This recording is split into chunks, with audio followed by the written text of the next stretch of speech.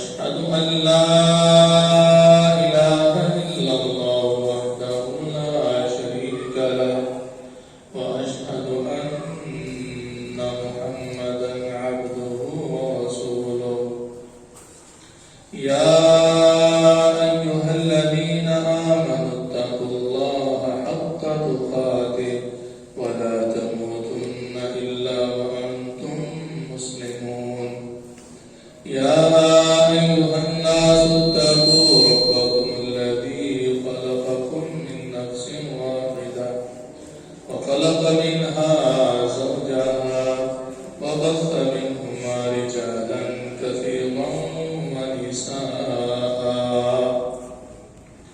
واتقوا الله الذي تساءلون به والأرحام إن الله كان عليكم رقيبا يا أيها الذين آمنوا اتقوا الله وقولوا قولا سديدا يصلح لكم أعمالكم ويغفر لكم ذنوبكم ومن يطع الله ورسوله فقد فاز فوزا عظيما اللهم صل على محمد وعلى آل محمد كما صليت على إبراهيم وعلى آل إبراهيم إنك حميد مجيد اللهم بارك على محمد وعلى آل محمد كما باركت على إبراهيم وعلى آل إبراهيم إنك حميد مجيد أما بعد فإن خير الحديث كتاب الله وخير الهدي هدي محمد صلى الله عليه وسلم وشر الأمور محدثاتها وكل محدثة بدعة وكل بدعة ضلالة وكل ضلالة في النار أما بعد فأعوذ بالله من الشيطان الرجيم إن في خلق السماوات والأرض واختلاف الليل والنهار والفلك التي تجري في البحر بما ينفع الناس وما أنزل الله من السماء من ماء فأحيا به الأرض بعد موتها وبث فيها من كل دابة وتصريف الرياح والسحاب المسخر بين السماء والأرض لآيات لقوم يعقلون ہر قسم کی حمد و ثنا تعریف و ستائش و کبریائی اللہ سبحانہ و تعالیٰ کی ذات کے لائق ہے انبی درود و سلام جناب نبی مکرم سید الاولین والآخرین محمد رسول اللہ صلی اللہ علیہ وآلہ وسلم کی ذات گرامی پر محترم سامعین اللہ سبحانہ و تعالی قرآن مجید کے اندر فرماتے ہیں یہ سورۃ البقرہ ہے یہ جو آیت آپ کی خدمت میں تلاوت کی ہے اس میں اللہ فرماتے ہیں یقیناً آسمانوں اور زمین کے اندر اور اسی طرح لیل و نہار کے اختلاف میں آنے اور جانے میں اسی طرح کشتیوں میں جو کہ سمندروں کے اندر چلتی ہیں وہ لوگوں کو فائدہ پہنچاتی ہیں اور جو اللہ سبحانہ و تعالی نے آسمان سے بارش اتاری اور جو بارش مختلف مواقع پر اتارتا ہے اس کے ساتھ زمین کو اس کے بنجر ہونے کے بعد زمین کی موت کے بعد اسے زندہ کرتا ہے زمین تازہ ہو جاتی ہے اور اس زمین اور دھرتی کے اندر اللہ سبحانہ و تعالی نے ہر قسم کا چوپایا پیدا کیا ہے اسی طرح ہواؤں کے چلنے میں اور زمین و آسمان کے اندر اللہ تعالیٰ نے جو بادلوں کو مسخر کیا ہے، اس میں عقل والوں کے لیے بڑی نشانیاں ہیں۔ یہ موسموں کا تغیر، گرمی کا جانا، سردی کا آنا، اسی طرح رات آتی ہے تو دن چلا جاتا ہے، دن آتا ہے تو رات چلی جاتی ہے۔ بہت زیادہ مخلوقات کے اس میں فائدے ہیں اور بڑی اس میں عبرتیں اور نشانیاں ہیں۔ اگر انسان ان پہ غور کرے تو اہل عقل کے لیے، فہم و فراست کے لیے اور سمجھنے کے لیے بہت سامان موجود ہے۔ یہ جو بدلتے ہوئے موسم ہے، یہ بھی اللہ رب العزت کی بڑی نشانیاں ہیں۔ یہ سردی آتی ہے تو اپنے ساتھ بہت سے فوائد لاتی ہے، اور گرمی آتی ہے تو اس کے اندر بھی بڑے فائدے ہوتے ہیں۔ اللہ رب العزت کی قدرت ہے نا، ایک مقام پہ اللہ فرماتا ہے یولج اللیل فی النہار ویولج النہار فی اللیل، رات کو دن میں اور دن کو رات میں اللہ داخل کرتا ہے، سبحان اللہ۔ اور اسی طریقہ کار کے اندر بڑے فائدے ہیں اس مخلوقات کے، اور اس دھرتی پر بسنے والے جتنے بھی جن و انس ہیں، حشرات و علف ہیں، حیوانات ہیں، چرند ہیں، پرند ہیں، ان کے بڑے فوائد ہیں، ان کو ان سے بڑے مفادات حاصل ہوتے ہیں۔ اور اللہ کی یہ بھی قدرت ہے کہ کینیڈا کی جہاں سرحد ہے وہاں سبحان اللہ ایک طرف رات ہے اور دوسری طرف دن ہے، وہاں دن رات کے اندر داخل ہوتا ہوا اور رات دن کے اندر داخل ہوتی ہوئی نظر آتی ہے۔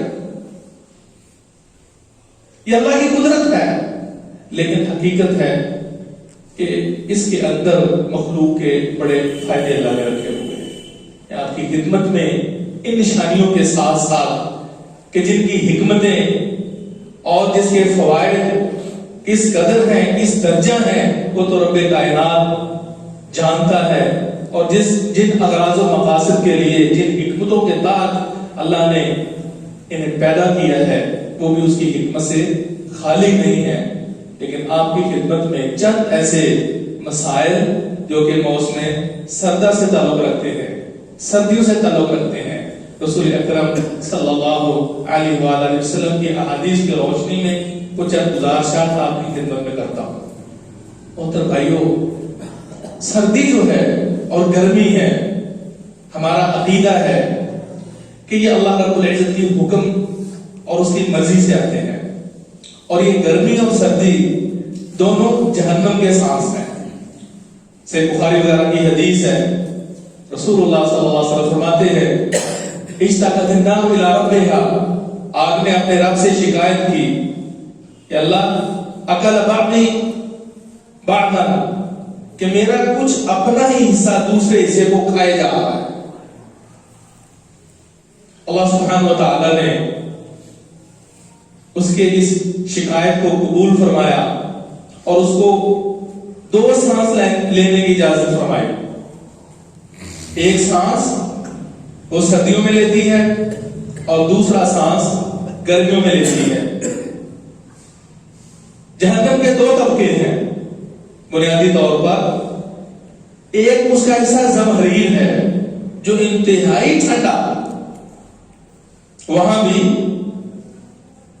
جو اللہ کے نافرمان اور عاصی ہوں گے ان کو پھینکا جائے گا، بالخصوص جن کی تخلیق آگ سے ہوئی ہے، اور دوسرا حصہ اس کا آگ کا ہے۔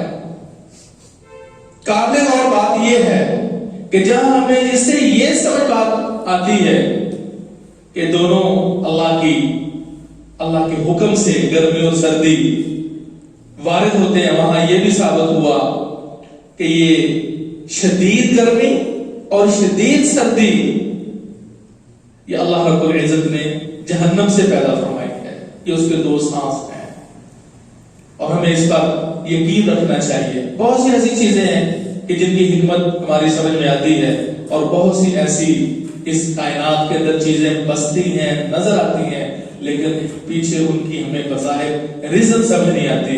لیکن وَلَا تَقْفُ مَا لَيْسَ لَكَ بِعِلْمٍ، جس چیز کا علم نہیں ہے، ادراک نہیں ہے، انسان اپنی عقل کی بنیاد پر ان کو مت ٹکرائے. بندہ مومن کا شیوا ہونا چاہیے. بہت سے ایسے حقائق ہیں. اللہ کے رسول صلی اللہ علیہ وآلہ وسلم کا یہ فرمان ہے کہ جب انسان صبح کو اٹھے تو وضو سے پہلے اپنی ناک کو 3 دفعہ جھاڑے، ہاتھ پہلے دھوئے، پھر وضو کے دوران اچھی طرح جھاڑے. فَإِنَّ الشَّيْطَانَ يَبِيتُ عَلَى خَيْشُومِهِ، اس لیے کہ شیطان ناک کے پھانسے پر رات گزارتا ہے. رسول اللہ صلی اللہ علیہ وسلم کا صحیح بخاری کے اندر یہ فرمان ہے کہ ان الشیطان یجری فی الانسان مجرى الدم، شیطان انسان کے اندر یوں چلتا اور یوں گردش کرتا ہے جیسے کہ خون گردش کرتا ہے. وہ کیسے داخل ہوتا ہے، کیسے نکلتا ہے، یہ اللہ نے اس کو قدرت عطا فرمائی ہے جو ماورائے عقل بات ہے. ابھی بہت سے حقائق ہیں کہ جن سے سائنسدان بھی عاجز ہیں اور ان کی گناہ و حقیقت تک نہیں پہنچ پائے. تو بہرحال بنیادی طور پر یہ جو شدید سردی ہے یہ جہنم کا سانس ہے، اور اللہ رب العزت ہمیں وہ سانس شدید گرمی کی صورت میں ہو اور اس کی کیفیت شدید آگ کی صورت میں ہو یا شدید سردی کی صورت میں، اللہ ہر ایک کے شر اور اس کی پریشانیوں سے ہمیں محفوظ فرمائے. دوسری بات، اللہ کی قدرت ہے اور یہ سب جانتے ہیں کہ جب گرمی آتی سردی چلی جاتی ہے، کبھی بھی 2 ازداد کا آپس میں اجتماع نہیں ہوتا. روشنی ہے تو اندھیرا چلا جاتا ہے، جہاں اندھیرا ہے تو وہاں روشنی نہیں ہوتی. روشنی نہ ہونا وہ اندھیرا ہے. اسی طرح اس کے اندر یہ بھی سبق ہے کہ جو اہل طاعت ہیں، اللہ کے جو نیک بندے ہیں، صلحاء ہیں، میرے بھائیوں، اہل معصیت، گناہگار اور اسی طرح بری مجالس سے یہ لوگ بچتے ہیں. ان کا برے لوگوں سے کوئی تعلق نہیں ہوتا. تو اس کا مطلب یہ ہے کہ جو بظاہر اللہ رب العزت کے نافرمان، کبائر کے مرتکب اور سوسائٹی کے اندر وہ واقعتاً جرائم پیشہ لوگ سمجھے جاتے ہیں، تو ان کے ساتھ ایک صالح انسان کا اٹھنا بیٹھنا نہیں بنتا. نبی مکرم صلی اللہ علیہ وسلم کی صحیح حدیث ہے، آپ نے مجلس صالح اور جو بری مجلس ہے، اچھے انسان اور برے انسان کی مثال آپ نے اس طرح سمجھائی جس طرح کہ بھٹی والا ہے، اس کے بعد جو بیٹھے گا وہ آگ جب جھونکتا ہے تو چنگاری اڑے گی، کپڑوں میں پڑے گی یا کم از کم بو محسوس کرے گا. یہ بری مجلس کی مثال ہے. اور صالح انسان کی صحبت اور اس کی صالحیت سے جو انسان دوسرا متاثر ہوتا ہے، اس کو اللہ کے رسول صلی اللہ علیہ وآلہ وسلم نے ایک عطر فروش انسان سے مثال دی ہے. اسے عطر خرید لے گا، اس کے پاس بیٹھے گا، اگر عطر نہیں بھی خریدتا تو کم از کم اس سے خوشبو کی مہک اور اسے ضرور سرور پائے گا، خوشبو اور مہک پائے گا. اللہ رب العزت سے دعا ہے کہ اللہ ہمیں بری مجالس میں بیٹھنے اور برے جو احباب ہیں، ساتھی ہیں، بری مجالس ہے، بری سوسائٹی ہے، اس سے اللہ ہمیں محفوظ فرمائے. محترم بھائیوں، سردیوں کے اہم مسائل میں جو کہ ہمیں زندگی کے اندر پیش آتے ہیں، ان میں ایک اہم مسئلہ وہ گرمی کے اندر نماز ظہر کو جلدی پڑھنا ہے. اللہ کے رسول صلی اللہ علیہ وسلم کا فرمان ہے، اذا اشتد الحر فابردوا بالصلاة فإن شدة الحر من فحم جہنم. جب شدید گرمی ہو تو شدید گرمی کے موسم پر نماز کو کچھ لیٹ کر لیا کرو نسبتاً. اس لیے عموماً ہمارے ہاں مساجد کے اندر اس حدیث میں عمل ہوتا ہے کہ بنسبت سردیوں کے ظہر کو مؤخر کر لیا جاتا ہے، لیکن جمعے کے حوالے سے وہ کوئی اللہ کے رسول صلی اللہ علیہ وآلہ وسلم سے یہ حدیث نہیں ملتی کہ اس کو زیادہ مؤخر کیا جائے. گرمیوں میں نماز کی تاخیر اور سردیوں کے اندر وہ بھی اللہ کے رسول صلی اللہ علیہ وسلم کا اسوہ مل رہا ہے. کان اذا اشتد البرد بکر بالصلاة. جب شدید سردی ہوتی تو رسول اللہ صلی اللہ علیہ وسلم ظہر کی نماز کو جلدی پڑھتے. زوال شمس جلدی ہو جاتا ہے تو ظہر کی نماز بھی الحمدللہ ہم جلدی پڑھتے ہیں، نسبتاً عصر بھی پہلے آ جاتی ہے، دن چھوٹے ہو جاتے ہیں۔ تو ایک یہ سنت جو کہ سردیوں کے اندر ظہر کو جلد پڑھنا اور گرمیوں میں ذرا لیٹ کر کے پڑھنا، یہ بھی اسوہ رسول ہے، اور سمجھیے کہ یہ سردیوں کی سنت ہے۔ سردیوں کے اندر نماز ظہر کو جلد پڑھنا اور اول وقت میں پڑھنا، یہ اللہ کے رسول صلی اللہ علیہ وسلم کی سنت ہے۔ اور دوسری اہم مومنین کے لیے یہ خوشخبری اور ان کے لیے لمحہ فکریہ بھی ہے اور ایک بہترین فرصت بھی ہے۔ وہ کیا کہ سردیوں کے دن بڑے چھوٹے ہوتے ہیں۔ رسول اللہ صلی اللہ علیہ وسلم نے ان ایام کے اندر روزوں کی ترغیب دی ہے، اور ترغیب میں ایک بڑی فضیلت ہے۔ پیارے پیغمبر صلی اللہ علیہ وسلم فرماتے ہیں الغنیمۃ الباردہ الصوم فی الشتاء، ایک ٹھنڈی غنیمت بغیر جنگ و جدال کے اور میدان جہاد میں بہت زیادہ کھپت اور نقصانات کے بغیر جو غنیمت حاصل ہو جائے، وہ بڑی ہی اطمینان بخش اور انتہائی خوشخبری کا باعث ہوتی ہے، وہ بڑی تسلی کا باعث ہوتی ہے۔ اسی طرح فرمایا سردیوں کے روزے یہ انتہائی غنیمت کا باعث ہے۔ تو ہمیں چاہیے کہ یہ جو روزوں کی ریہرسل ہے، پیاس بھی کم لگتی ہے، جن کو اللہ سبحانہ و تعالیٰ نے صحت سے نوازا ہے، عافیت سے نوازا ہے، تو انہیں اس طرف بھی توجہ فرمانی چاہیے کہ سردیوں کے اندر یہ بھی بڑا موقع ہے کہ انسان روزوں کا اہتمام کرے، اور اگر زیادہ نہیں تو کم از کم سوموار اور جمعرات کے روزہ تو رکھا جا سکتا ہے۔ اللہ سبحانہ و تعالیٰ اس عظیم سنت پر عمل کی توفیق نصیب فرمائے۔ اور ایک اہم جو سردیوں میں معاملہ پیش آتا ہے وہ ہے وضو کا، طہارت کا، غسل کا۔ یہ وہ مسائل ہیں کہ جب شدید سردی ہوتی ہے اور سردی کی وجہ سے جو مسائل پیدا ہوتے ہیں، اس وجہ سے ہم سے بہت سی سستیاں ہو جاتی ہیں، بہت سی کوتاہیاں ہو جاتی ہیں، اور عموماً دیکھنے میں آیا ہے کہ جرسی پہنی ہوئی ہے یا اسی طرح جیکٹ پہنی ہوئی ہے، کبھی جیکٹ اتار لی یا پھر جرسی کو تھوڑا سا اوپر کر لیا، اور بچے تو عموماً بازو کونیوں سمیت نہیں ہوتے الا ماشاء اللہ، اور بڑے بھی سستی کا شکار ہوتے ہیں۔ یاد رکھیے اگر ٹھنڈے پانی کی وجہ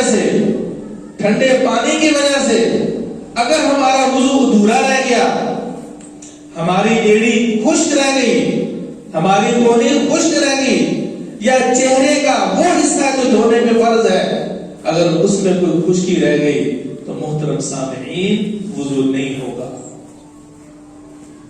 وضو کا اہتمام اور اس بات سے کیجیے، اللہ کے رسول صلی اللہ علیہ وسلم کا یہ فرمان عالی ہے کہ جو سردیوں کے اندر بھی ٹھنڈے یا پانی سے بھی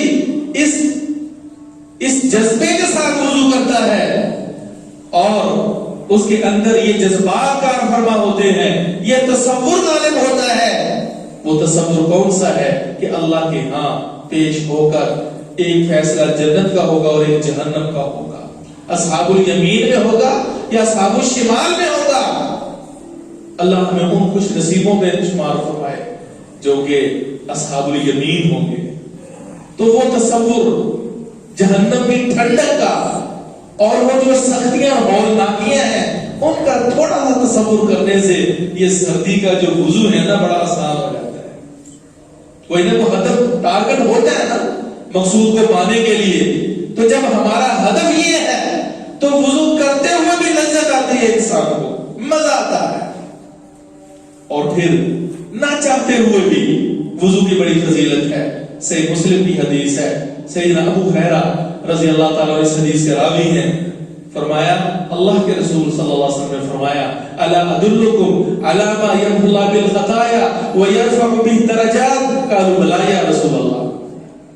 اللہ کے رسول صلی اللہ علیہ وسلم نے فرمایا میرے صحابہ کہ میں تمہیں وہ اعمال نہ بتاؤں کہ جن کی وجہ سے اللہ خطاؤں کو معاف فرماتا ہے، گناہوں کو بخشتا ہے اور درجات بلند فرماتا ہے، یہ نہ بتاؤں؟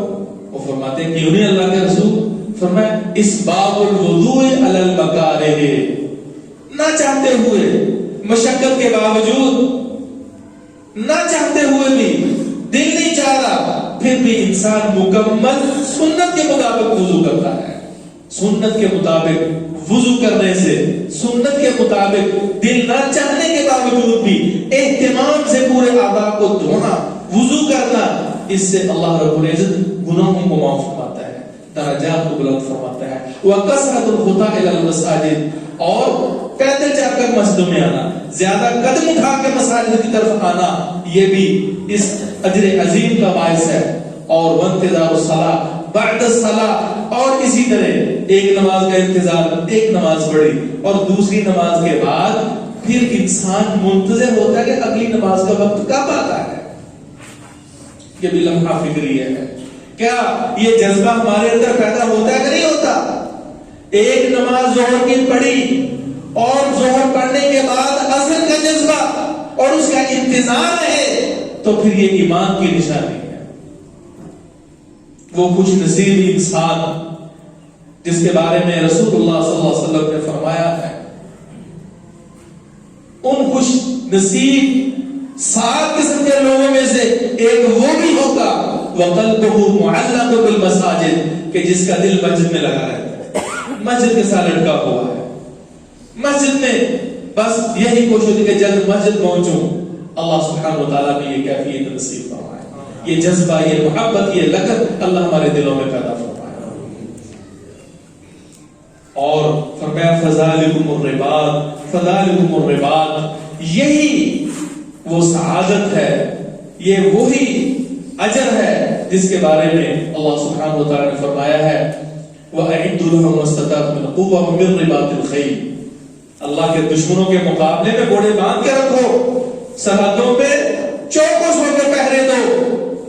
راہ جہاد میں جو انسان اللہ کے دین کی سربلندی کے لیے پہرے دیتا ہے، راہ جہاد کے اندر جو انسان وقت دیتا ہے، وہاں کی مشقتیں اٹھاتا ہے اور وہاں کی عزیزیں برداشت کرتا ہے، تو جو ادھر ثواب ہے انشاءاللہ ادھر بھی کم نہیں ہے. پر میں یہی رباط ہے، یہی اللہ کے راستے میں گھوڑے باندھنا ہے، سرحدوں پہ پہرا دینا ہے، بڑی فضیلت ہے. اور دوسری بڑی عام جو فضیلت ملتی ہے وہ یہ ہے، یہ بھی ذہن میں رکھا کریں کہ جب وضو کرنا ہے تو وضو کرنے سے یہ بھی آپ کا تصور ہونا چاہیے کہ جو میں وضو دوں گا میری خطائیں معاف ہوتی چلی جائے گی.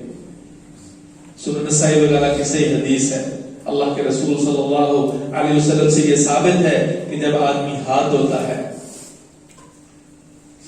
تمام خطائیں اس کے ہاتھ سے نکل جاتی ہیں، انگلیوں سے نکل جاتی ہیں، ناخنوں سے نکل جاتی ہیں. اسی طرح جو عذر ہوتا چلا جاتا ہے، اللہ کے رسول صلی اللہ علیہ وسلم کے فرمان عالی کی روشنی میں اس مقام سے جو خطائیں، جو گناہ سرزد ہوتے ہیں اللہ معاف فرما دیتا ہے. منہ دھوتا ہے، جو نظر بازی کی ہوتی ہے اللہ کو گناہ معاف فرما دیتا ہے. یہاں تک کہ پاؤں جب دھوتا ہے تو پاؤں جن گناہوں میں ملوث ہوتے ہیں، جو قدم معصیت اور گناہ کی طرف اٹھے ہوتے ہیں، رسول اللہ صلی اللہ علیہ وسلم کے فرمان کی روشنی میں ان گناہوں کے، ان پاؤں کے گناہ معاف ہو جاتے ہیں. یہاں تک کہ اللہ کے رسول صلی اللہ علیہ وسلم کا فرمان ہے، یہاں تک کہ یخرج نقی من الذنوب، گناہوں سے صاف ستھرا ہو جاتا ہے. ایک حدیث کے اندر الفاظ ہے کہ یوم ولدتہ امہ، جیسے آج اس کی ماں نے اس کو جنم دیا ہے، بالکل صاف ہو جاتا ہے. اور مسجد کی طرف جاتا ہے فرض نماز پڑھنے کے لیے، وصلاتہ نافلہ، وہ نماز گویا کہ نفل ہوتی ہے. تو بڑی فضیلت کا حامل یہ عمل ہے. تو عموماً سردیوں میں انسان اس طرف توجہ کر کے اپنا جو طہارت ہے اچھے طریقے سے کرے اور اچھے طریقے سے وضو کرے، وگرنہ اگر معمولی سا بھی اس میں ہماری طرف سے قصور یا کوتاہی ہو گئی تو وضو نہیں ہوگا. سے بخاری وغیرہ کی حدیث ہے، چند صحابہ کرام وضو فرما رہے تھے تو آپ نے چند لوگوں کو دیکھا کہ ان کی ایڑیاں صرف تھوڑا تھوڑے سے ناخن کے برابر، مثل الظفر، ناخن کے برابر خشک تھی. تو آپ نے فرمایا ویل للعقاب من النار، ایسی ایڑیوں کے لیے ویل، ہلاکت یا جہنم کی وعید ہے، آگ کی وعید ہے. ایسی ایڑیوں کے لیے جہنم کی آگ ہے. معمولی سا قوم خشک رہ گیا. اور پھر آگے مرحلہ شدید سردی کی وجہ سے ہمارے علاقے میں بھی ہو سکتا ہے اور پوری دنیا میں دیکھ لیجئے. یہ شریعت صرف پاکستان کے لیے نہیں ہے، پوری دنیا کے مسلمانوں کے لیے ہے. تو یہ بعض جو چیزیں ہوں گی وہ صرف یہ نہیں کہ ہمارے لیے رخصت ہے، حالات کے پیش نظر آپ نے جائزہ لینا ہے کہ کیا واقعتاً وہ کنڈیشن لاحق ہے جس بارے میں یہ رخصت ہے. تو اگر انتہا درجے کی سردی ہے اور صورتحال یہ ہو گئی ہے جس طرح کے بعض بھائی پوچھتے ہیں، ان کو غسل کرنے کی ضرورت ہے، واجبی غسل کرنا ہے، نہانا ضروری ہے، تو پھر وہ ڈرتا ہے کہ پانی تو انتہائی ٹھنڈا ہے، گیس موجود نہیں ہے اور پانی کسی اور طریقے سے گرم بھی نہیں ہو سکتا، اور واقعتاً یہ خطرہ جو ہے اس پر منڈلا رہا ہے کہ اگر میں نہایا تو میں بیمار ہو جاؤں گا، اور حوصلہ نہیں پڑتا شدید ٹھنڈے پانی کی وجہ سے. تو پھر کیا کرے؟ اگر تو اس درجہ شدید سردی ہے اور وہ محسوس کر رہا ہے اور فزیکلی طور پر وہ نقصان محسوس کرتا ہے کہ اگر میں یہ کروں گا اور کوئی ہیلا وسیلہ بھی نہیں ہے اور نماز کا ٹائم جا رہا ہے، تو پھر اس صورت میں انشاءاللہ اگر وہ تیمم کر لے تو اس کا تیمم صحیح ہوگا. سیدنا عمر بن عاص رضی اللہ تعالیٰ عنہ کے حوالے سے آتا ہے، صحیح حدیث ہے، رسول اللہ صلی اللہ علیہ وسلم نے ذات سلاسل کے موقع پر اس غزوے میں آپ کو روانہ کیا، وہاں بھیجا. ابو داؤد کی یہ حدیث ہے. تو کہتے ہیں وہاں میرے لیے نہانا ضروری ہو گیا. اب صورتحال یہ تھی کہ سردی شدید تھی اور مجھے ڈر آ رہا تھا کہ اتنی شدید سردی میں نہاؤں تو بیمار ہو جاؤں گا. اب انہوں نے کیا کیا؟ انہوں نے تیمم کیا، تیمم کر کے اپنے احباب کو نماز پڑھا دی اور رسول اللہ صلی اللہ علیہ وسلم کی خدمت میں حاضر ہو کر پورا واقعہ بیان فرمایا. اللہ کے رسول صلی اللہ علیہ وسلم فرماتے ہیں پانی کی موجودگی میں تو نے تیمم کر لیا. وہ کیا فرماتے ہیں؟ کہتے ہیں اللہ کے رسول، اللہ سبحانہ و تعالی نے فرمایا وَلَا تَقْتُلُوا أَنفُسَكُمْ إِنَّ اللَّهَ كَانَ بِكُمْ رَحِيمًا. وَلَا تَقْتُلُوا أَنفُسَكُمْ إِنَّ اللَّهَ كَانَ بِكُمْ رَحِيمًا. اللہ عز و جل کا فرمان ہے کہ اپنے آپ کو مت قتل کرو، رب کریم تم پر بڑا رحیم ہے. تو میرا تو حوصلہ نہیں پڑ رہا تھا، لہذا میں نے تیمم کر لیا. حدیث میں آتا ہے کہ رسول اکرم صلی اللہ علیہ وسلم ہنس سے مسکرائے اور خاموش ہو گئے، جس سے پتا چلا کہ اگر واقعتاً ایسی کیفیت طاری ہو جائے اور یہ پرابلم پیدا ہو جائے کہ انسان کی ہمت نہیں پڑتی تو پھر اس کو تیمم کی اجازت ہے، وہ تیمم کر سکتا ہے. وضو کے لیے پانی نہیں مل رہا یا تو بالکل پانی نہیں مل رہا. کئی علاقے ہیں کہ وہاں ہر طرف برف ہی برف ہو جاتی ہے، ہر چیز جم جاتی ہے اور یہ بھی ممکن نہیں ہوتا کہ وہ برف کا ڈھیلا لے کر، کوئی ٹکڑا لے کر انسان اس کو پگھلا لے اور وضو کر لے. کوئی اور صورتحال بھی نہیں ہے تو اس صورت میں انسان تیمم کر سکتا ہے، یہ اس کو شرعی اجازت ہے. تیمم صحیح بخاری کی روشنی میں اس کا طریقہ جو وہ بھی آپ سن لیجئے. بیمار انسان کے لیے بھی رخصت ہے اور اس قسم کے افراد کے لیے بھی رخصت ہے، اور جو بالکل قدرتی وضو بھی نہیں رکھتا اس کے لیے بھی رخصت ہے انشاءاللہ. اللہ کے رسول صلی اللہ علیہ وسلم جب تیمم کرتے، بلکہ عمار بن یاسر رضی اللہ تعالیٰ عنہ کی معروف حدیث ہے، وہ ایک دفعہ سفر میں تھے تو کہتے فَأَجْنَبْتُ فَلَمْ أَجِدِ الْمَاءَ، میں جنبی ہو گیا، نہانا فرض ہو گیا اور مجھے پانی نہیں ملا. بڑی کوشش کی، کوشش کرنی ہے. کہتے فَتَمَرَّغْتُ كَمَا تَمَرَّغُ الدَّابَّةُ فِي التُّرَابِ الصَّعِيدِ، تو میں یوں لوٹ پوٹ ہوا جس طرح کے جانور مٹی میں لوٹ پوٹ ہوتا ہے، جیسے گدھا وہ لوٹ پوٹ ہوتا ہے. تیمم کا تصور تو تھا لیکن طریقہ کاروں کو معلوم نہیں تھا، تو انہوں نے پورا وجود جیسے انسان نہاتا ہے وہ اسی طرح پورے بدن پہ مٹی لوٹ پوٹ ہو کر مل لی۔ اللہ کے رسول صلی اللہ علیہ وسلم کی خدمت میں حاضر ہوئے اور آ کے بتایا تو آپ نے ان کے اس عمل کی توثیق نہیں فرمائی، فَإِنَّمَا كَانَ يَكْفِيكَ، تیرے لیے اتنا ہی کافی تھا کہ تو اپنے دونوں ہاتھوں کو زمین پہ مارتا اور پھر بائیں کو دائیں پہ مل کر اپنے منہ پہ پھیر لیتا۔ طریقہ بتلایا اللہ کے رسول صلی اللہ علیہ وسلم نے۔ تو تیمم کا مسنون طریقہ کیا ہے کہ انسان دونوں ہاتھ زمین پہ مارے اور پھر ان کے اندر پھونک مار لے اور پھر آپس میں اس طرح مل کر منہ پہ پھیر لے، بس انسان کا تیمم اور طہارت پوری ہے۔ اس کے ساتھ نماز جمعہ ہر چیز اس کے لیے حلال اور جائز ہے۔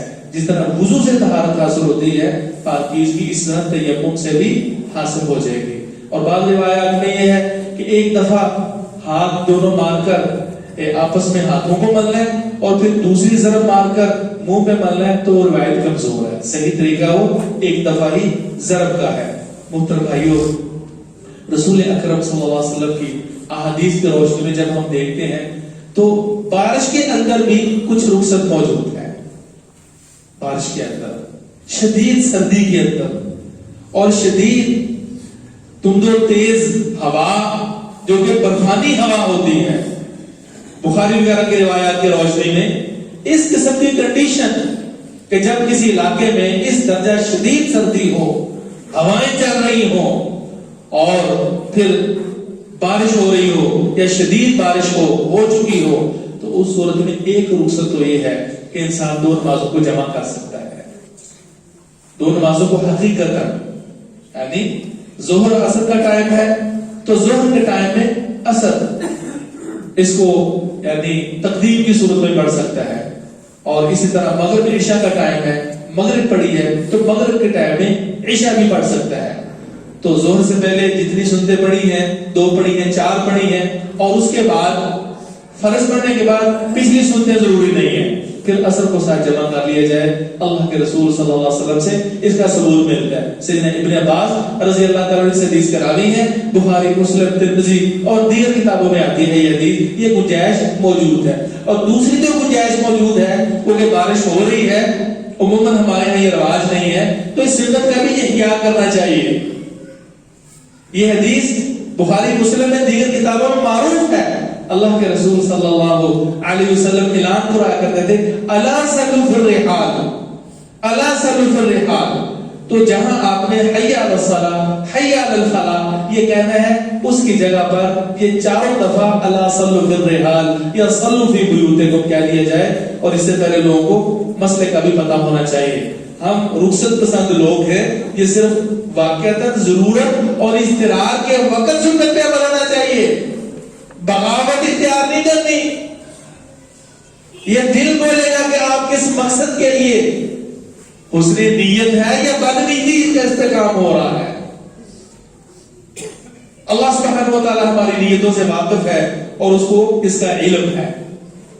اب بارش میں نمازی مسجد میں آتے ہیں اور عموماً جب تیز موسلادھار بارش ہوتی ہے، پانی وافر ہوتا ہے اور امکان ہوتا ہے چھینٹوں کے پڑنے کا، تو اس صورت میں کبھی ممکن ہوتا ہے کہ چھینٹا پڑ گیا ہے، تو اسلاف سے یہ بات ثابت ہے وہ خالص نجاست نہیں، اصل جو وضو ہے، آپ کے جو کپڑے ہیں وہ انشاءاللہ پاک ہی ہوں گے، اللہ کہ وہ گندا نالا کہ جس میں یقینی بات ہے کہ یہ غلاظت ہے، گندگی ہے اور یہ پلید پانی ہے، لیکن عموماً جو ہے بارشی پانی سے کچھ فرق نہیں پڑتا، کیچڑ کے چھینٹے پڑ گئے ہیں اور مٹی پڑ گئی ہے، اس سے آپ کی طہارت، آپ کا وضو نہ ختم ہوگا نہ کپڑوں کو دھونے کی ضرورت ہے، یہ آپ نے فیصلہ کرنا ہے۔ لیکن عموماً جو روڈ پہ مٹی یا کوئی اس طرح کے قطرات وغیرہ پڑ بھی جائیں یا اوپر سے چھت سے کچھ چھینٹے پڑ گئے ہیں، تو اس میں تردد کا شکار نہیں ہونا، انسان اسی طرح نماز پڑھ سکتا ہے۔ اور پھر انسان جب مسجد میں آئے تو بعض اوقات جرابیں بھیگ چکی ہوتی ہیں، مٹی لگی ہوتی ہے اور امکان ہے کہ جوتے میں رہنے کی وجہ سے زیادہ دیر اس میں فرق آ جائے، بو پیدا ہو جائے، تو عموماً مساجد کے اندر قلیم بچھے ہیں، صفیں ہوتی ہیں، اور جہاں وہ پاؤں لگائے گا وہاں سے بدبو آئے گی۔ مسجد کے اندر داخل ہوتے ہی آپ نے اس چیز کو ملحوظ خاطر رکھنا ہے کہ ہمارے گندے پاؤں یا جرابیں کس قدر خراب ہو گئی ہیں، کہیں مسجد کے قلیب خراب نہ ہو۔ لہذا ہو سکتا ہے کہ آپ وہاں پاؤں اپنا ٹکائیں، یا جرابیں پرانی ہو چکی ہیں، پرانی سے مراد زیادہ دیر پہنی ہوئی ہیں، رخصت دیا تو رخصت کو رخصت کی حد پہ رکھیں، اور یہ بھی ذہن میں رہے کہ کہیں زیادہ دیر پہننے کی وجہ سے ان میں بو تو نہیں پیدا ہو گئی۔ تو ممکن ہے کہ آپ وہاں پاؤں رکھیں جہاں دوسرے نے اپنا ماتھا ٹیکنا ہے۔ تو یہ تو وہ کنڈیشن اور کیفیت ہوتی ہے کہ اللہ سے لگاؤ پیدا ہونا چاہیے، کہیں ایسا نہ ہو کہ انسان نماز پڑھتے ہوئے بھی اس کے دل کے اندر گرد پیدا ہو اور وہ تکلیف اور عزیز محسوس کر رہا ہو۔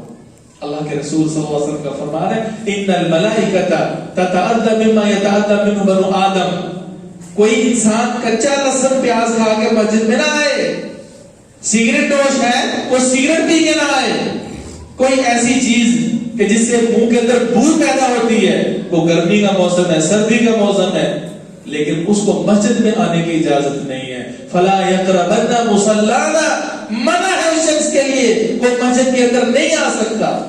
اسی لیے یہ اس کی یہ حیثیت ہے سگریٹ کی کہ جب کوئی نمازی سمجھدار آتا ہے تو وہ جوتے کے اندر رکھ کے آتا ہے، ڈبی جو ہوتی ہے نا اپنی وہ جوتے کے اندر رکھتا ہے، سمجھتے کہ اس کی یہ اوقات ہے، پھر بھی ہم باز نہیں آتے۔ تو مسجد کو صاف رکھنا ہے، مسجد کو معطر رکھنا ہے، اور مساجد کی تعمیر کا جو بہترین طریقہ ہے اس میں مسجد کی صفائی و ستھرائی بھی ہے۔ اللہ ہمیں مساجد کو صاف ستھرا رکھنے کی بھی توفیق نصیب فرمائے۔ اسی طرح محترم بھائیوں، سردی کی وجہ سے ہیٹر کے استعمال کی بھی ضرورت پڑتی ہے۔ اب یہ بھی ایک مسئلہ اختلافی صورت اختیار کر چکے ہیں، بعض روکتے ہیں، یہ کوئی بڑی بات نہیں ہے۔ ایک تو یہ کہ ہماری ایک مسلم کمیونٹی ہے، نماز پڑھنے والے مسلمان ہیں، آگ کے پجاری مجوسی ہیں، لہذا خلاصہ یہی ہے کہ آگے ہیٹر پڑا ہوا ہو اور انسان نماز پڑھتا ہے تو اس کی نماز بالکل ٹھیک ہوگی، کسی قسم کی کراہت نہیں ہے، ہم ضرورت کے تحت استعمال کرتے ہیں، اور دیکھنے والا بھی یہ نہیں سمجھتا کہ یہ ہیٹر کو سیدھا کر رہا ہے۔ بلکہ امام بخاری رحمہ اللہ نے صحیح بخاری کے اندر بدلیل یہ ثابت کیا ہے، وہ واقعہ آتا ہے نا، اللہ کے رسول صلی اللہ علیہ وسلم نے نماز کے اندر ہی آپ کو جنت اور دوزخ کا منظر دکھایا گیا، اور جب جہنم کا منظر دکھایا گیا سامنے آگ یوں آ گئی جیسے حقیقتاً آگ ہوتی، کہتے ہیں جب وہ آگ آئی تو وہ پیچھے ہٹا، اسی لیے صحابہ کرام نے پوچھا نا اللہ کے رسول پیچھے آپ کیوں ہٹے؟ ایک دفعہ آگے بڑھے تھے، ایک دفعہ پیچھے ہٹے ہیں، پر میں ایک دفعہ جنت کا منظر تھا تو میری خواہش دل چاہا کہ اس کا میں خوشہ توڑوں، لیکن انہوں نے فرمایا کہا کہ ابھی نہیں، ابھی وقت نہیں آیا، اور جہنم آئی تو اس کی لپٹ سے بچنے کے لیے میں پیچھے ہٹا۔ اور ایک حدیث میں حتی رأیت ظلی وظلکم فیہا، یہاں ابن خزیمہ مستدرک حاکم کی حدیث ہے، یہاں تک کہ میں نے خود اپنا اور میرے صحابہ تمہارا سایہ اس آگ کی روشنی میں دیکھا۔ آگ ہے، عذاب ہے بہت بڑا، لیکن رسول اللہ صلی اللہ علیہ وسلم نے نماز نہیں چھوڑی۔ اسی سے امام بخاری رحمہ اللہ نے استدلال فرمایا کہ آگے تنور ہو، آگے آگ ہو، اور نماز پڑھنے والا اس کے پیچھے نماز پڑھتا ہے، اس میں کوئی حرج نہیں ہے۔ اگر حرام اور ناجائز ہوتا تو اللہ کے رسول صلی اللہ علیہ وسلم وہاں سے چھوڑ دیتے، اگرچہ اس پر بھی بعض علماء کو اختلاف ہے۔ بہرحال یہ کسی کی لمبی بحث ہے، خلاصہ تو یہ کہ ہماری ضرورت ہے، اور یہ بھی ذہن میں رکھیے کہ آگ کو پوجنے والے مجوسی ہیں، اور مجوسی ہر آگ کو نہیں پوجتے بلکہ اس آگ کو پوجتے ہیں، اس آگ کو پوجتے جس کے شعلے اوپر اٹھ رہے ہوں۔ ایک چھوٹی سی آگ، کوئلے یا جو یہ آگ ہے، یہ شعلوں والی آگ نہیں ہے، ہیٹر کی آگ وہ آگ نہیں ہے، الیکٹریکل ہو یا دوسری گیس کی ہو، تو وہ پوجتے ہی اس آگ کو ہے جو بھڑک رہی ہو، شعلے اٹھ رہے ہوں، بجھنے ہی نہیں دیتے، بھڑکتی رہتی ہے، وہ اس کی پوجا کرتے ہیں۔ لہذا اس میں شرک کوئی حرج نہیں ہے۔ یہ ایک رخصت ہے. اور پھر شدید سردی میں یا مجبوری کے تحت بعض معاملات میں جب کہیں عذر آئے تو شریعت کچھ نہ کچھ رخصت دے دیتی ہے, اور الحمدللہ اس رخصت سے فائدہ اٹھانا چاہیے اگر اللہ نے توفیق دی. ہاں ایک بات ذہن میں رکھیے, یہ عموماً کھیتوں میں یا ڈیروں میں یہ چیز پیش آ سکتی ہے. ڈیرے پہ انسان باہر فصلوں میں ہے تو وہاں آگ جلاتے ہیں اور آگ کا بڑا الاؤ ہوتا ہے, نماز کا ٹائم ہو جائے وہ کہتا ہے بڑا بہترین ماحول بنا ہوا ہے, آگ بھڑک رہی ہے تو آگ بھڑکتے ہوئے وہیں پروگرام نماز کا بنتا ہے اور کہتے ہیں اسی کے پیچھے نماز پڑھ لیتے ہیں. تو پھر ہمارے خیال میں ناقص فہم کے مطابق وہاں احتیاط کرنی چاہیے. وہاں احتیاط کا پہلو یہ کہ انسان بچ جائے, کیونکہ بظاہر آگ بھڑک رہی ہو, اگرچہ نہ نیت ہے نہ ہمارا معاشرہ ہے نہ وہ اس کو پوج رہا ہے, لیکن پھر بھی احتیاط کا تقاضا یہ ہے کہ اس قسم کے معاملے میں انسان احتیاط کرے. محترم بھائیو, اسی طرح اب تھوڑا سا ہم اپنے وجود کی طرف آ جاتے ہیں. چند عام باتیں, چند عام مسائل جو کہ سردیوں میں بالخصوص پیش آتے ہیں اور اس میں ہم سستی کا شکار ہو جاتے ہیں. سردیوں میں سر پہ گرم ٹوپی لی ہوئی ہے یا پگڑی باندھی ہوئی ہے تو انسان کا ماتھا ننگا ہونا چاہیے. پورا ماتھا ڈھانک کر نماز پڑھنا یہ سنت نہیں ہے. عذر یا اضطرار یا مجبوری کی کیفیت اس سے مستثنا ہے. صحیح مسلم کی سیدنا ابن عباس رضی اللہ تعالیٰ عنہ کی حدیث ہے, امرت ان اسجد علی سبعۃ اعظم, مجھے حکم دیا گیا ہے کہ میں 7 اعضاء پہ سجدہ کروں. علی الجبہہ واشار الی انفہ, فرمایا پیشانی پر, اور پیشانی جب ٹیکنی ہے اس کے اندر ناک بھی شامل ہے. ناک اٹھائے گا سجدہ نہیں ہے, ناک رکھی ہے پیشانی اٹھی ہے پھر بھی سجدہ نہیں ہے. تو ننگی پیشانی پر لہذا ٹوپی اور پگڑی کو اوپر کر لینا چاہیے, اور باقی بھی احادیث اس کی مؤید ہیں. اور دوسرا مسئلہ ہے وہ یہ کہ شدید سردی کی وجہ سے انسان بکل مارے, چادر اوڑے اور منہ بھی چھپا لیتے ہیں. خصوصاً فجر کی نماز میں ایسے ہوتا ہے تو منہ چھپا کے نماز نہیں پڑھنی. یہ ابو داؤد وغیرہ کی حدیث ہے وَأَيْنُ غَطِّيَ الرَّجُلُ فَاهُ, یہ کہ انسان منہ ڈھانک کے نماز پڑھے. اگرچہ اس حدیث کی صحت میں اختلاف ہے لیکن دیگر قرائن سے ثابت ہوتا ہے کہ اللہ کے رسول صلی اللہ علیہ وسلم کی عمومی زندگی کسی میں بھی ایسی کوئی دلیل صراحت نہیں ملتی کہ آپ نے منہ ڈھانکے نماز پڑھی ہو. عذر کی کیفیت اس سے مستثنا ہے, لہذا منہ کھول کے نماز پڑھنی ہے. اور پھر بکل مارنا بھی جائز ہے, تو ضروری نہیں رفع الیدین کے لیے ہاتھ باہر ہوں. وائل بن حجر رضی اللہ تعالیٰ عنہ کی حدیث ہے ابو داؤد وغیرہ کی, کہتے ہیں اللہ کے رسول کو میں نے دیکھا, سردیوں کا موسم ہے, آپ اپنی چادر سے ہاتھ نکال کے رفع الیدین کرتے تھے. تو اس طرح سنت میں عمل ہو جائے. اور اگلی جو بات ہے وہ کیا دستانے پہن کے نماز پڑھ سکتا ہے شدید سردی کی وجہ سے؟ چلے ابھی ہمیں تو شاید اتنی ضرورت نہیں, لیکن کچھ کمزور بچے, بوڑھے, مائیں یا کسی اور علاقے میں ضرورت پڑ سکتی ہے تو یہ جائز ہے. کسی بھی حدیث میں دستانے پہن کر منع نہیں آتا, انسان پڑھ سکتا ہے. احرام کی حالت میں عورت دستانے نہیں پہن سکتی, نقاب نہیں باندھ سکتی. اور پھر اگلا جو مسئلہ ہے وہ یہ کہ ٹروزر پہنا ہوتا ہے یا نیچے پجامہ ہوتا ہے تو کوشش کیجئے جو اوپر سے اپنے لباس پہنا اس میں سدل نہ ہو, تو ٹخنوں سے اوپر ہو جائے. جرابیں پہنی ہیں تو جرابوں کو اوپر کر لیا جائے. اور جو جرابیں ہیں یہ بہت بڑی رخصت ہے, تو سردیوں میں اس رخصت سے انسان کو مستفید ہونا چاہیے. تو اللہ رب العزت ہمیں اس بات کی توفیق نصیب فرمائے کہ ہم سنت کے مطابق سب اعمال بجا رہے ہیں. جس طرح رسول اکرم صلی اللہ علیہ وآلہ وسلم کی سنت ہے, اس طرح کی جو کمال کی طہارت ہے سنت کے مطابق طہارت ہے, تو ایسی طہارت ہی اس بات کا باعث اور ذریعہ بنے گی کہ انسان کے گناہ معاف ہوں گے. وگرنہ اگر طہارت میں نقص ہوا یا انسان مکمل طور پر وضو نہیں کرتا یا صحیح طور پر استنجا اور پیشاب کو نہیں دھوتا, سردی میں پیشاب کے چھینٹوں سے نہیں بچتا, تو یہ بہت بڑی وعید ہے. صحیح بخاری کی حدیث ہے, رسول اکرم صلی اللہ علیہ وسلم 2 قبروں کے پاس سے گزرے, فرمایا دونوں کو عذاب ہو رہا ہے, اور عذاب کی وجہ 2 چیزیں ہیں. ایک ان میں سے چولی سے نہیں بچتا تھا اور دوسرا پیشاب کے چھینٹوں سے نہیں بچتا تھا. لا یستنزہ من مائہ, اپنے پیشاب سے نہیں بچتا تھا. تو پیشاب سے بچنا ہے، طہارت بھی کامل کرنی ہے، اور پھر جب وضو اور طہارت ٹھیک ہوگی تو انشاءاللہ نماز بھی ٹھیک ہوگی. اور اس کی کمی کی وجہ سے پھر یقیناً کبھی ہو سکتا ہے کہ نماز نہ ہو، اور کبھی یہ بھی ہے کہ دیگر خرابیوں کی وجہ سے میں ثواب سے محروم ہو جائے. اللہ رب العزت سے التجا ہے کہ اللہ رب العزت ہمیں اس موسم کی رخصت سنت کے مطابق قبول کرنے کی توفیق نصیب فرمائے. یہ واقعہ تھا اللہ رب العزت جو فرمانے علی نا وَلَا تَقْتُلُوا أَنفُسَكُمْ إِنَّ اللَّهَ كَانَ بِكُمْ رَحِيمًا. اپنے آپ کو مت مارو، قتل مت کرو، اللہ بہت رحیم و کریم ہے تم پر. تو یقیناً یہ چند چیزیں، چند مسائل پیش آمدہ، یہ ہمارے لیے سرخروئی کا باعث ہے، ہمارے لیے رخصت ہے، لیکن بلا وجہ رخصت کی قبولیت یہ باعث گناہ ہے. اللہ عز و جل سے دعا ہے اللہ ہمیں سنت کے مطابق عمل کی توفیق عطا فرمائے. سبحان ربک رب العزت عما یصفون وسلام علی المرسلین والحمد للہ رب العالمین.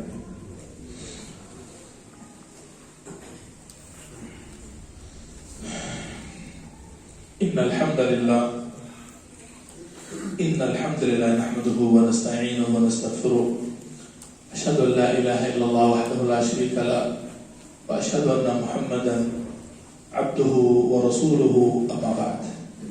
ایک مسئلہ پوچھا گیا ہے کہ عورت پر اپنی ساس اور سسر کی خدمت یہ ضروری ہے. محترم بھائیو، اس حوالے سے جب ہم رسول اللہ صلی اللہ علیہ وسلم کا دور دیکھتے ہیں، صحابیات کا زمانہ دیکھتے ہیں، اسی طرح تابعیات کا، تبع تابعین کا دور، اپنے اسلاف کا دور دیکھتے ہیں، تو اس میں خواتین اپنے ہاتھ سے کام کیا کرتی تھی. سیدہ فاطمہ رضی اللہ تعالیٰ عنہ اپنے گھر کا کام کاج خود کرتی تھی. یعنی پہلا کانسیپٹ اور تصور یہ ذہن میں رکھیں اور یہ ذہن میں بات ہونی چاہیے کہ خواتین کا اپنے گھر میں کیا کردار ہوتا ہے، اور وہ کون سی خوش نصیب عورتیں ہیں جو گھر کے اندر رہ کر شوہر کی عزت کماتی ہیں.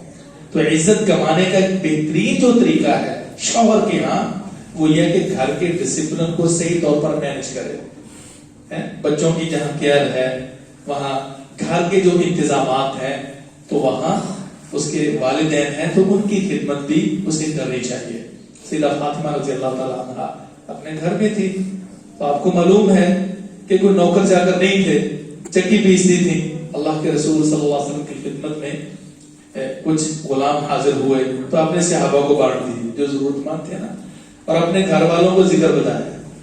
پتہ چلا سیدہ فاطمہ آئی ہوئی تھی تو انہوں نے ان کو نوکر کی ضرورت تھی، تو رسول اکرم صلی اللہ علیہ وسلم نے ان کو ذکر بتایا، وہی 100 تسبیحات. اور صحیح بخاری کی حدیث ہے، سیدہ اسماء رضی اللہ تعالیٰ عنہ، اسماء بنت ابی بکر سیدہ زبیر رضی اللہ تعالیٰ عنہ کے عقد میں ہے، اور معلوم ہے ان کا گھوڑا تھا، ان کا اونٹ تھا، اس کو چارہ ڈالتی، جانوروں کی دیکھ بھال کرتی، اور مدینے سے باہر جا کے ٹوکرا اٹھا کے گٹھلیاں لے کے آیا کرتی.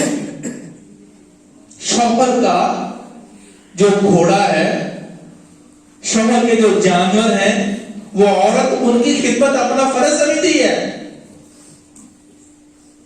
تو والدین جو ہیں، ساس سسر شوہر کے جو اس کے پاس رہ رہے ہیں، یا بیٹے نے ان کو اپنے گھر میں جگہ دی ہوئی ہے، تو ان کا تو زیادہ حق ہے نا، زیادہ حقدار ہے، جانور سے زیادہ ہے. اور پھر آخری بات جو کہ شریعت کے اندر ایک حجت کی حیثیت رکھتی ہے، اصل میں سوسائٹی اور عرف کا فرق ہے.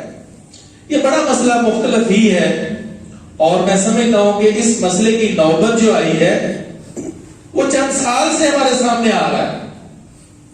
اور جس طرح کے یورپی مفکرین کے غلبے یا یہ جو نیا کلچر ڈیولپ ہو رہا ہے، اس کی کمزوریوں یا اس کی خرابیوں میں سے ایک اہم خرابی یہ بھی پیدا ہوئی ہے کہ دیندار طبقے کے ذہنوں کے اندر یہ بھی ذہن بھرا جا رہا ہے کہ تیرے ذمہ تو صرف شوہر کی خدمت ہے. اور اس میں سے بھی شارٹلی کیا کہا جا رہا ہے کہ بھئی صرف جو اس کے فرائض و واجبات مخصوص ہے نا عورت کے، وہ ہے.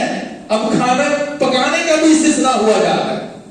کہ گھر کی صفائی کرنی، اس کے لیے ملازم ہونا چاہیے، بس اس کی ذمہ داری یہ ہے کہ اس کی جو ایک فزیکلی ضرورت ہے اس کو وہ پوری کرے۔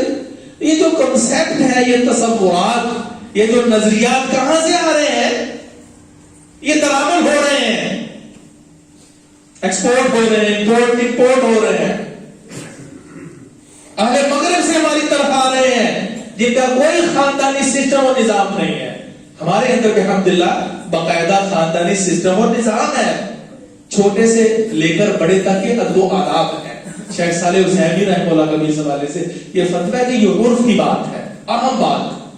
قابل ہو سکتا ہے کوئی اعتراض کرنے والا یہ اعتراض کرے کہ مولانا کو دلیل دیجئے، کو اللہ کے رسول کا فرمان کہ ساس سسر کی خدمت فرض ہے۔ کہ دیکھیں اگر شوہر کا یہ تقاضا ہو کہ بھی محترمہ بات سنو، میری تو جو خدمت کرتی ہو سو کرتی ہو، لیکن تم نے میرے والدین کا بھی خیال رکھنا ہے، ان کے بھی کپڑے دھو دینے ہیں، وہ حکمت کہتا ہے اسے، اور اس کے جو فرائض ہیں، واجبات ہیں، مرد پورے کرتا ہے، اور کا نان و نفقہ پوری طرح اس کا خیال رکھتا ہے۔ اب وہ اگر عورت انکار کرے گی تو وہ عند اللہ گناہگار ہوگی۔ اب اس کو اس سے تعبیر کرنا کہ جی یہ جو شوہر کا حکم ہے خلاف شریعت ہے، کیا ہے؟ ہو سکتا ہے نا وہ جو متفقہین ہے وہ کہہ سکتا ہے کہ جی یہ تو خلاف شریعت ہے اس کا حکم، اور مخلوق کی خلاف شریعت جو اس میں اطاعت ہے وہ ضروری نہیں ہے، یہ غلط ہے۔ اصل بات یہ ہے کہ یہ ماحول سعودی عرب کا نہیں ہے، یہ ماحول یورپ کا نہیں ہے، یہ مشرق کا، پاکستان کا، پاک و ہند کا ماحول ہے، اور عرف شریعت کے اندر معتبر ہے۔ ہم نے جب سے سنا ہمارے آباء و اجداد، اس میں جو بہو ہوتی ہے وہ ساس سسر کی خدمت کو اپنا فرض سمجھتی ہے۔ اس اعتبار سے، ہمارے عرف کے اعتبار سے، عورت اپنے ساس سسر کی خدمت لازمت کرے گی، اس کو اس کا اہتمام کرنا چاہیے، اور انشاءاللہ انشاءاللہ ماجور ہوگی۔ اور اگر وہ ایسے نہیں کرتی، اس قسم کے بکھیڑوں اور مزلوں میں پڑے گی تو پھر کیا ہوگا وہ ہم سب جانتے ہیں۔ شوہر کا دل اچاٹ ہوگا، اسے نفرت کرے گا، اور رفتہ رفتہ کیا ہوگا؟ گھر کے اندر فسادات شروع ہو جائیں گے، ساس بہو میں اختلافات شروع ہو جائیں گے، اور اسی طرح جو خاندانی خرابیاں اسی طرح پیدا ہوتی ہیں۔ تو اللہ رب العزت سے دعا ہے اللہ سبحانہ و تعالی جو گھر کی بہو ہے اس کو شوہر کے ساتھ ساتھ اس کے جو والدین ان کی خدمت کی بھی توفیق نصیب فرمائے۔ تو اصل معتبر چیز کبھی کوئی حجت شرعی نہیں ہوتی، وہاں لوگوں کی عموماً عادات و اطوار ہوتے ہیں، ان کا ماحول ہوتا ہے۔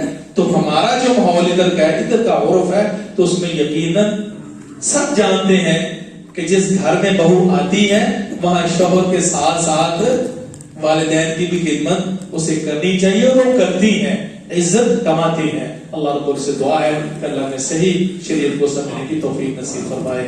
ربنا آتنا فی الدنیا حسنہ وفی الآخرۃ حسنہ وقنا عذاب النار۔ اللهم اشف مرضانا ومرضى المسلمين يا قاضي الحاجات اقض حاجاتنا وحاجات المسلمين. اللهم احسن عاقبتنا في الامور كلها واجرنا من خزي الدنيا وعذاب الاخره. ربنا لا تزغ قلوبنا بعد إذ هديتنا وهب لنا من لدنك رحمة انك انت الوهاب. سبحان ربك رب العزة عما يصفون وسلام على المرسلين والحمد لله رب العالمين.